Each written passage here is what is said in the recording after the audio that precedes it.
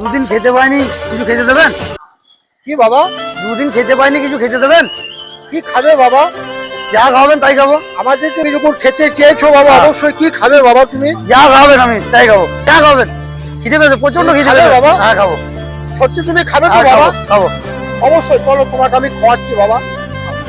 ওরে আমার বাবা রে, হ্যাঁ এটা মানুষের কর্তব্য বাবা। তুমি যখন বলেছো আমাকে বড় মুখ করে, কেউ আছেন? এই যে আমার বাবা সোনাকে কি খাবে একটু দেখতো।